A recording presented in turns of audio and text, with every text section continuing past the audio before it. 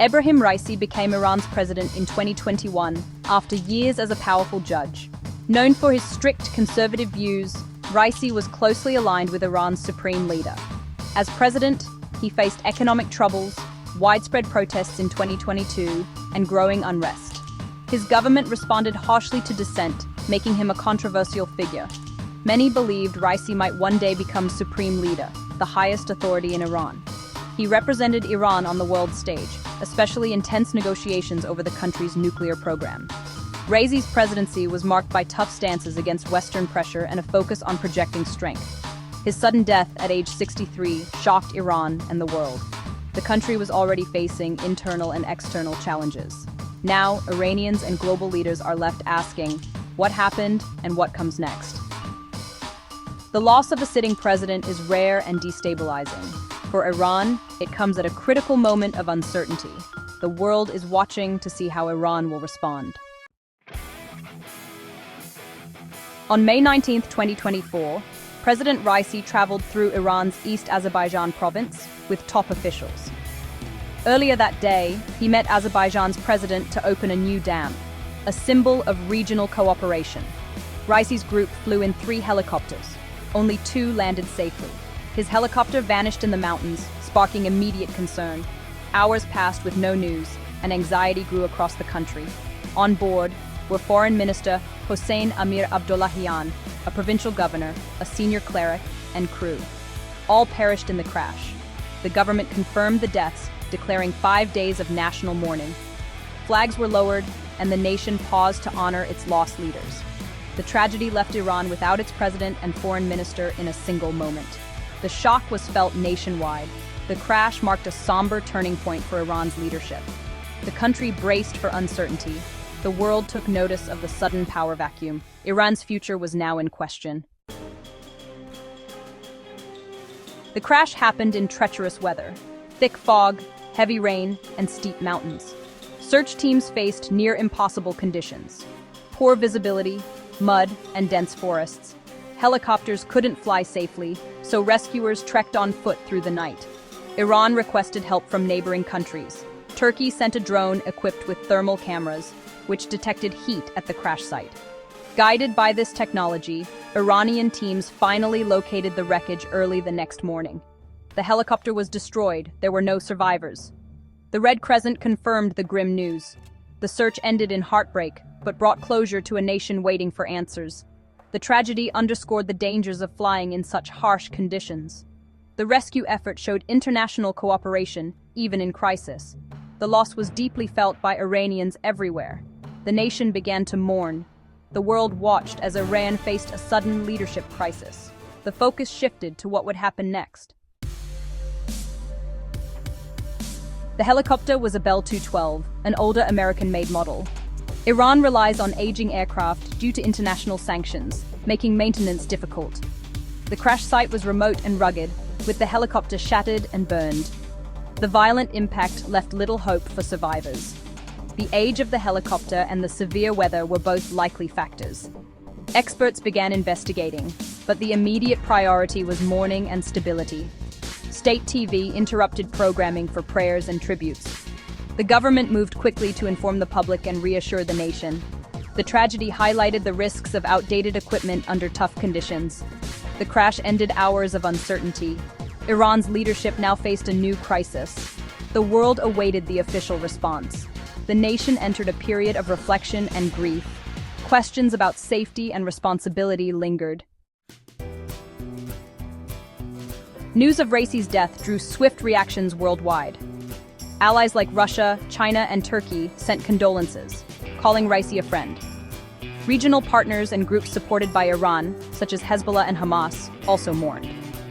Western countries, including the US and EU, offered condolences but emphasized ongoing concerns about human rights. The US balanced sympathy with a reminder of its support for the Iranian people. The EU highlighted its humanitarian assistance during the search. Global reactions reflected Iran's complex international relationships. Some nations saw Raisi's death as a loss. Others viewed it through a political lens. The tragedy made clear the divisions and alliances shaping Iran's place in the world. The event underscored how closely Iran is watched by both friends and rivals. the world's eyes remained on Tehran. Iran's next steps would have global consequences. Iran's constitution provides a clear plan for presidential succession. The first vice president, Mohammad Mokhber, became interim president. He leads alongside the parliament speaker and judiciary chief, forming a crisis council.